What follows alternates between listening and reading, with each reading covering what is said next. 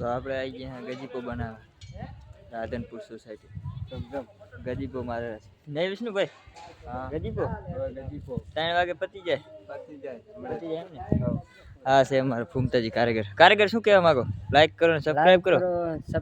follow કરો હા હા એ બધું કરજો કે ભેગું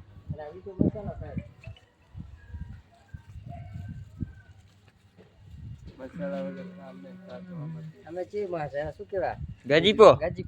ગજીપો મારા હરા એમ ને જોરદાર લાગે છે જબર તમારી વાત થાય અરે